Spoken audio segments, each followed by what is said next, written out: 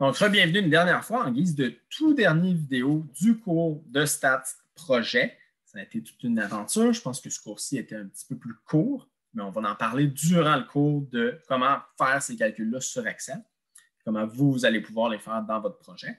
Je finis avec le test d'hypothèse sur R. On va vouloir faire un test d'hypothèse pour être capable de, oui, à partir de nos données, on est capable de dire qu'il y a une corrélation forte, moyenne, faible en fonction du R. Mais après ça, on veut savoir à quel point on est capable d'inférer qu'il y a réellement une corrélation dans la population. Nous, on a seulement testé un échantillon. Donc, de la même façon que les tests d'hypothèse sur la moyenne, sur la proportion sont construits, test d'indépendance aussi, on a un test d'hypothèse sur R. Rho, c'est le coefficient de corrélation linéaire entre X et Y pour une population. C'est l'équivalent du mu versus X bar. Right? Ça, c'est dans l'échantillon. Ça, c'est dans la population. Là, Rho, c'est le coefficient de corrélation dans la population. Et R, c'est l'estimateur de Rho obtenu d'un échantillon de N points, comme on fait depuis ce cours-ci. Et là, on va dire que c'est toujours une loi de Student de degré de liberté N-2 qui nous permet de faire notre test d'hypothèse.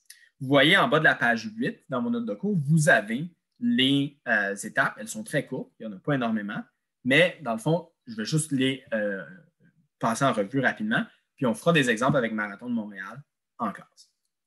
Donc, posez les hypothèses. H0, c'est que Rho est égal à 0. Donc, l'hypothèse nulle, le statu quo, c'est que, en réalité, il ne se passe rien. Right? On ne peut pas conclure qu'il y a une corrélation dans la population. Donc, on va dire aucun lien linéaire, c'est ça l'hypothèse nulle. Et l'hypothèse de travail, l'hypothèse du chercheur, c'est qu'il y a une corrélation.